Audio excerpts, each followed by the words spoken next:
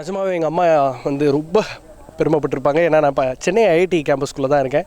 முதல் நாளான இன்னைக்கு பாலு மகேந்திரா அவர்களோட தலைமுறைகள் படத்தோட ஸ்க்ரீனிங் இன்னைக்கு. அந்த படத்தில் நடித்த முக்கியமான கதாபாத்திரங்களில் நடித்த கேஸ்டோட ஒரு இன்ட்ராக்டிவ் செஷன் வேறு இருக்குது. ஒரு 800 பேர் அப்ளை பண்ணி இந்த பிஹைண்ட் ஃபிலிம் ஃபெஸ்டிவலில் பார்ட்டிசிபேட் பண்ணணும், இன்ட்ராக்ட் பண்ணணும் அப்படின்னு நினச்சிருக்காங்களா. உங்களுக்கே தெரிஞ்சிருக்கும் தமிழ் சினிமாவோட எந்த அளவுக்கு ஒரு ஈடுபாடு மக்களுக்கு இருக்குது அப்படின்னு. ஸோ 7 மணிக்கு ஸ்க்ரீனிங் ஆரம்பிக்க போது ஒரு ஓப்பன் ஏர் தேட்டரில் ஒரு பிரார்த்தனா தேட்டர் எஃபெக்டில் அழகான காற்றுக்கு மத்தியில் இந்த படத்தை நாங்கள் பார்க்க போகிறோம். அக்ஷய் ரமேஷ் வந்து தன்னோட பார்த்தீங்கன்னா ஒரு பெரிய என்ன சொல்கிறது ஒரு ப்ராவபே இருக்குது, ஈட் ஸ்லீப் ரேவ் ரிப்பீட் அப்படின்னு. ஸோ இந்த ஃபெஸ்டிவல் நீங்கள் வந்ததுக்கான காரணம் என்ன?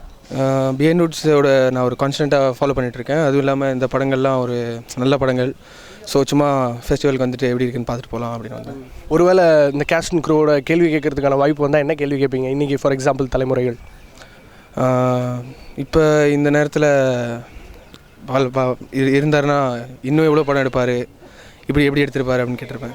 லிட்டரலாக வந்து பாலு மகேந்திரா சாருக்கு இது ஒரு பிஹைண்ட் வுட்ஸ் சார்பில் ஒரு ஹோமேஜ் மாதிரி தான். ஸோ இன்றைக்கி வந்து இந்த 800 பேர் எல்லாருமே extremely lucky, blessed and gifted to watch officially watch the movie with a crowd which could probably appreciate films.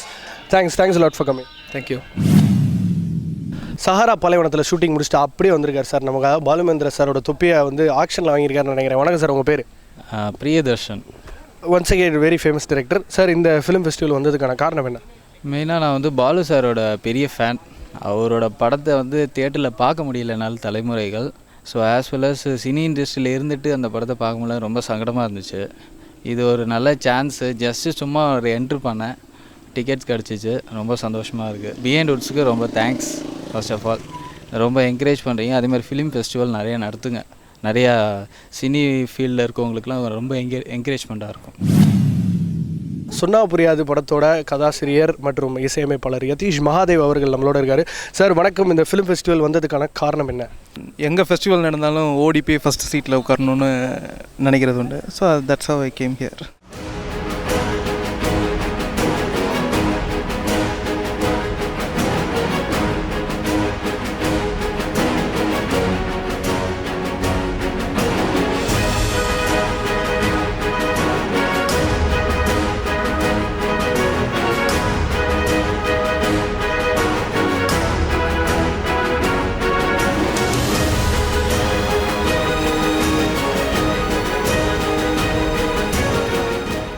இந்த மாதிரியான ஒரு ஆர்ட் ஃபிலிம் வந்து கமர்ஷியலாக சவுண்ட் ஆகிறதுக்கு என்ன ஆட் பண்ணணும்னு நினைக்கிறீங்க? ஏன் இந்த படம், அதாவது இங்கே எல்லாத்துக்குமே இந்த படம் பிடிச்சிருக்கு, ஆனால் இங்கே எத்தனை பேர் இந்த படத்தை தியேட்டரில் ரிலீஸ் பண்ணப்போ பார்த்துருப்பாங்கன்னு தெரில, இன்க்ளூடிங் மீ, நானும் பார்க்கல.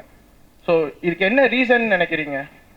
முதல்ல ஒரு ஒரு ஃபிலிம் மேக்கர், நீங்கள் உட்காரலாம், ஒரு ஃபிலிம் மேக்கருடைய அதாவது நான் ஒரு ஆக்டர், ஒரு ஃபிலிம் மேக்கருடைய ஒர்க்கை ஜட்ஜ் பண்ணுற அளவுக்கு நான் பெரிய ஆக்டர் கிடையாதுங்க.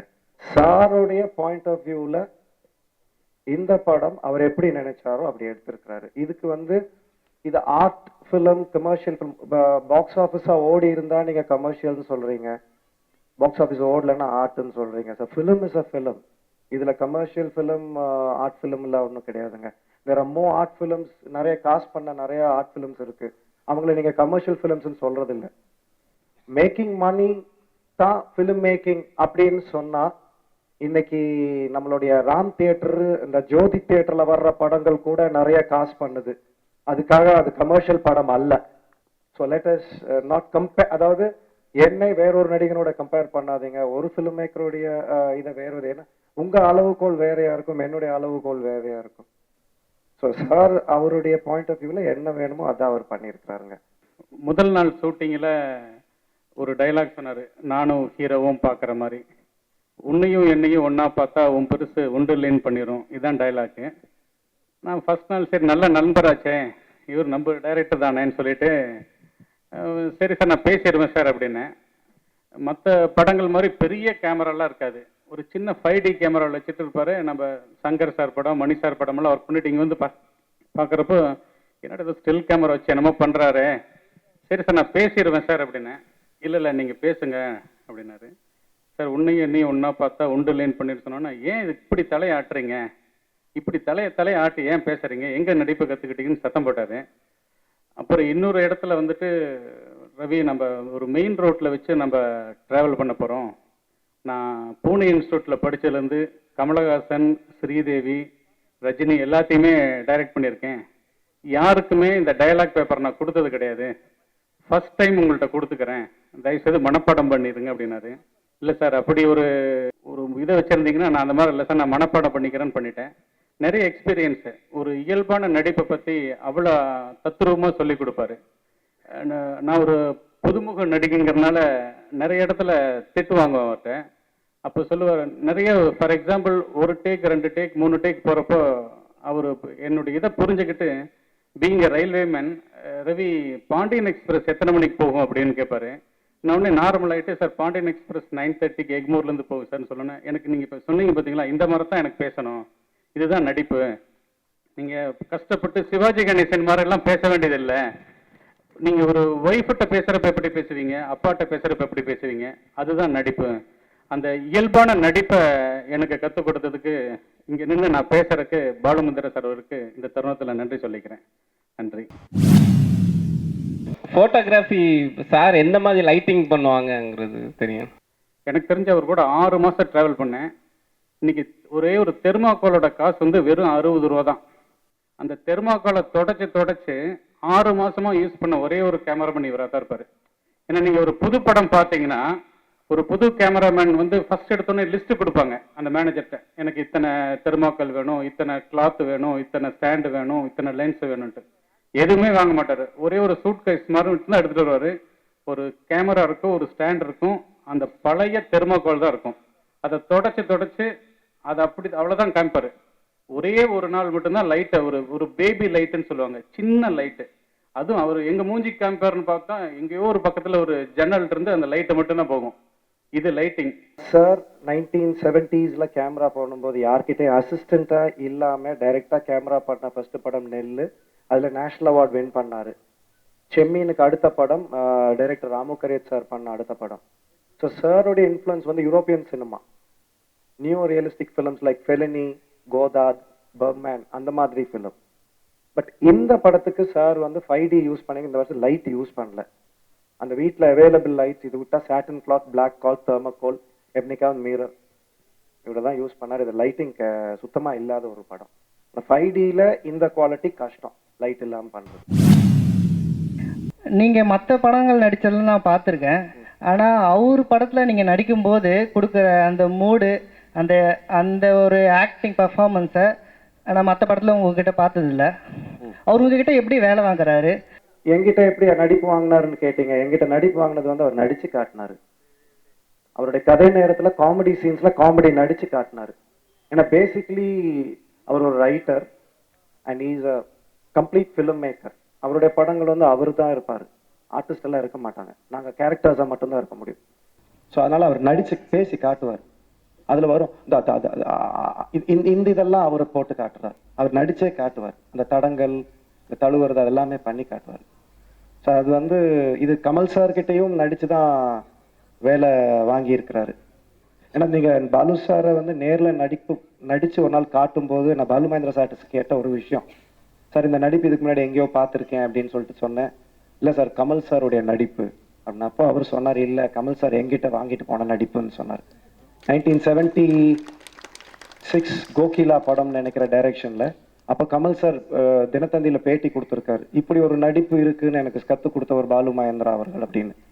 ஆக்சுவலி சாரை நீங்கள் நேரில் பார்த்து பழகினீங்கன்னா கமல் சார் அவர் ஒரே மாதிரி இருக்கும், அந்த பேசுறது, மாடுலேஷன் எல்லாம். ஸோ அவர் நடிச்சு காட்டி தான் வேலை வாங்கினாருங்க. எல்லாருக்கும் வணக்கம். இயற்கையோட உறவாடிய கலைஞன் பாலு மகேந்திரான்னு சார் சொல்லலாம். அப்படி இருக்கும்போது இந்த மாதிரி இயற்கை சூழலோட தலைமுறைகள் பார்த்தது எங்களுக்கு ரொம்ப சந்தோஷமா இருக்கு. இப்போ ஹீரோயினும் பார்த்துக்கலாம் வச்சுக்கோங்களேன், அர்ச்சனா இருக்கட்டும், இல்லை முள்ளு மலரும் படத்தில் அந்த ஷோபாவா இருக்கட்டும், பிரியாமணியா இருக்கட்டும், அது ஒரு கணாக்காலம்ல, இவங்க எல்லாருமே பார்த்தா ஒரு கருப்பான கலையான பெண்ணா வந்து பாலு மகேந்திரா சாரோட ஹீரோயின் அப்படின்னு சொல்லிடலாம். இதுக்கு பின்னாடி ஏதாவது ஒரு இருக்கா, அவர்கிட்ட லைஃப்ல இன்சிடென்ட் ஏதாவது இருக்கா? அவர் வந்து ரொம்ப ஒரு லிட்ரரி பேக்ரவுண்ட்லேருந்து வர ஒரு ஆள். ஸோ அவருக்கு வந்து is rooted in Tamil and Sri Lankan soil. அது ஒரு ரீசன் நான் நினைக்கிறேன், அவரோட பேசிக் பர்சனாலிட்டி அப்படின்னு நான் நினைக்கிறேன். இந்த கேள்வியை ஏதோ ஒரு பத்திரிகைக்காரர் கேட்டாங்க, ஏன் கருப்பு பொண்ணை செலக்ட் பண்ணுறீங்க எல்லா படத்துலையும். அவர் ஒரு டயலாக் சொன்னார், அந்த டயலாக் நான் இங்கே ரிப்பீட் பண்ணுறேன். அது என் டயலாக் அல்ல, சாரோட கருப்பு திராவிடனுடைய கலர் அப்படின்னு சொன்னார். எனக்கு ரொம்பவும் பிடித்த கலர் கருப்பு. அது திராவிடனுடைய கலர். நான் திராவிடன், அது என்னுடைய கலர். அது பெண் அவருடைய பெண்கள் அத்தனை பேரும் கொஞ்சம் டார்க் ஸ்கின்னாக தான் இருப்பாங்க. இப்போ இந்த படம் வந்து ஆக்சுவலாக வந்து லோ பட்ஜெட் படம், ஓகேவா? ஸோ இதை எடுக்க வந்து மொத்தம் எத்தனை நாள் ஆச்சு உங்களுக்கு, ஓகேவா? அதுவும் இல்லாமல் வந்து எப்படி வந்து நீங்கள் வந்து ரிஹர்சல் பார்த்துக்கிட்டீங்க இந்த படத்துக்கு? அதாவது வந்து உங்களுக்கு ஷூட்டிங் போகிறதுக்கு முன்னாலேயே வந்து இருக்குல்ல, நீங்கள் வந்து ஷார்ட்ஸ்லாம் ப்ரிப்பேர் பண்ணீங்களா? ஸோ அல்லது வந்து நீங்கள் ஷூட் நடக்கும் போதே வந்து சம் கைண்ட் ஆஃப் இம்ப்ரவைசேஷன் நீங்கள் பண்ணீங்களா? Okay, like how did you prepare for this? We never shot for like full days. The typical Kodambakkam style 9 to 6 call sheet la naanga vandu we didn't work. We probably went to the set at 5:30 in the morning. Sir vandu modale vanduvaru. He'll come at 4:45 before everybody comes. He'll walk from his house to the institute. Adukapram 5 manikku ellarum varuvom. So we used to go to the set and start off immediately because he wanted to get natural sunlight around that time. And the time kenna idu, and we would probably even wind up some days by 2:30, 1:32. Avarku vandu when he was winding down, because I think he was 74 when he was directing this movie, which I think itself is great. இந்த படத்தில் நான் வந்து ஆதி கேரக்டராக நடிச்சிருக்கேன். நான் இந்த படம் வந்து நான் ஒரு 1 month 2 months ஒக்கனைக்கல் அதுமா 10 days 15 days நசரத்பேட்டையில் எடுத்தாங்க. 1 to 2 half a day தான் இப்போ மோஸ்ட்டாக இருக்கும். சம்டைம்ஸ் தான் ஃபுல் டே இருக்கும். சார் படத்துலலாம் ஒர்க் ஷாப்பே தேவையில்லை. நம்ம ஷூட்டிங் ஸ்பாட்டுக்கு போய் அவரை பார்த்துட்டு இருந்தாலே போதும், நம்ம நடிச்சிருவோம். ரெண்டாவது, ஒரு கேரக்டர் செலக்ட் பண்ண முன்னாடி ஒரு கேமரா எடுத்துகிட்டு ஒரு 10 விதமான ஃபோட்டோ எடுப்பார். அதை பார்த்து அவருக்கு சாட்டிஸ்ஃபை ஆனால் தான் நடிக்க வைப்பார். இல்லைன்னா என்ன ரெக்கமெண்டேஷன் எது பண்ணாலும் அவர் நடிக்க விட மாட்டார்.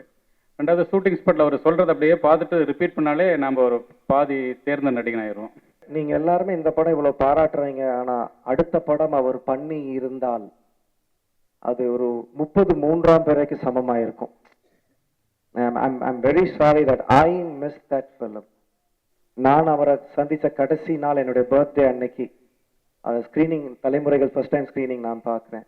அதுக்கப்புறம் நான் அவரை மீட் பண்ண முடியல. நான் அவர் ஃபோனில் மட்டும்தான் பேசிட்டு இருந்த ஷூட்டிங்கில் இருந்ததுனால். அதுக்கப்புறம் அவரை நான் பார்க்கும்போது அவர் இறந்துருந்தது தான் பார்த்தேன். அண்ட் நான் உண்மையிலே I do really miss him. Rail Ravi will be missing him more because எனக்கு முன்னாடி இந்த ரயில் ரவி ட்ராவல் பண்ணிட்டு இருக்காரு 94 92 இருந்து. Vinodhini as a faculty of that institute, she would also be missing it. So let me tell you, let his soul rest in peace. And இங்கே வந்தமைக்கு இதை பாராட்டினதுக்கு ரொம்ப சந்தோஷம். இந்த மாதிரி கேள்வி கேட்டதும் எங்களுக்கு மிக சந்தோஷமாக இருந்தது. So thank you. Balu Mahendra sir இன்றைக்கி நம்மளோட இருந்ததுனாருன்னா ரொம்ப சந்தோஷப்பட்டிருப்பார், பெருமைப்பட்டிருப்பார். ஏன்னா இவ்வளோ பேர் என்னோடய சினிமாவை ரசிக்கிறதுக்காக காத்துக்கிட்டு இருக்காங்களா அப்படின்னு. பட் என்ன இருந்தாலும் சார் வந்து இன்றைக்கி சொர்க்கத்தில் ரொம்ப சந்தோஷமாக நம்ம ஒரு ஆர்வத்தோடு பார்த்து ரசித்த இந்த படத்தை அவரும் நம்மளோட சேர்ந்து பார்த்துருந்துருப்பார். ஸோ ஐஐடி பிஹைண்ட் ஃபிலிம் ஃபெஸ்டிவலோட முதல் நாளான இன்றைக்கி தலைமுறைகள் படம் ரொம்ப நல்லா முடிஞ்சிருக்கு. இன்ட்ராக்டிவ் செஷனும் ரொம்ப அருமையாக போச்சு. தொடர்ச்சியாக பிஹைண்ட் இந்த மாதிரி வித்தியாசமான முயற்சிகள் பண்ணிக்கிட்டே இருப்பாங்க அப்படின்றது மட்டும் ரொம்ப ரொம்ப உறுதியாக சொல்லிக்கிறேன். And it's me Vijay Abhishek signing off. Thank you so much.